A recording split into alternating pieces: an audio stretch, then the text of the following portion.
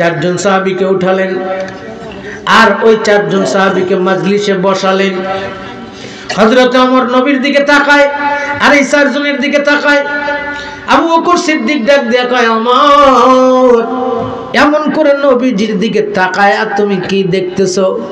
ওমর ডাক দিয়ে কয়, আমার নবীকে দেখেছি। নবী না বলছে ইন্নাল্লাহা ইয়ামুরু বিল আদলি ওয়াল ইহসান। আল্লাহু আকবার। নবী কেমন ইনসাফ প্রতিষ্ঠা করে, আজকে নবী এটা কি করলো? সুবহানাল্লাহ। হযরত ওমর আর আবু বকর সিদ্দিক দুইজন চোখে চোখে যেন লড়াই হইতেছে। ওমর মেনে নিতে পারতেছেন না, মেনে নিতে পারতেছেন না যে হুজুর চারজন মুসলমানকে উঠায় দিল। মুনাফিককে উঠায় দিলে মেনে দিতাম, কিন্তু মুসলমানকে কেন উঠায় দিল? মুসলমান এমন একটা জাতি, ইমানদার এমন একটা জাতি, মরে গেলেও নিজের জন্য মরে না, মরে গেলেও আল্লাহর জন্য মরে, বেঁচে থাকলেও আল্লাহর জন্য বাঁচে। কথা বলেন ঠিক না বেঠে? এই জন্য ফেসবুকে একটা আওয়াজ উঠেছে, মুসলমানরা হিন্দুদের মন্দির পাহারা দিয়েছে, আজকে হিন্দুরা আমাদের মসজিদ ভেঙে দিয়েছে। ওরা একটা মসজিদ ভেঙে নাই, গোটা মসজিদ ওদের কলিজায় আগুন লাগিয়ে দিয়েছে। কথা বলেন ঠিক না বেঠে?